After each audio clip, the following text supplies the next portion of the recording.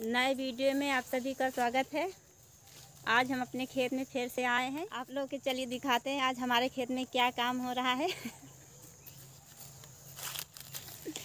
हमारी सासू माँ देखो कितनी जोर से खिलाफ है। आज अपनी सासू माँ से मिलाते हैं।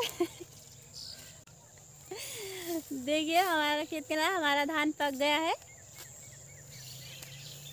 देखिए हमारी सासू माँ यहाँ पर बैठी हैं, धान काटने आई है। देखिए हमारी माता जी है। माई माई देखो हमारी सासू माँ बहुत हमारे ऊपर बहुत खिलाफ भाई है भैया।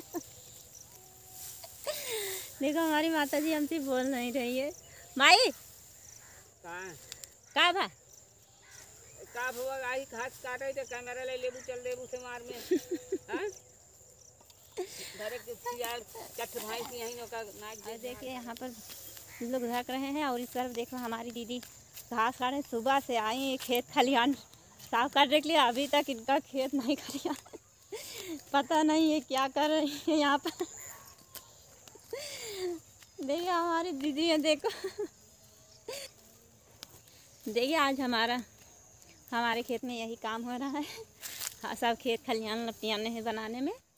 आज का वीडियो यहीं पर समाप्त होता है। अगले वीडियो में आप सभी से फिर मिलेंगे। तब तक नमस्ते।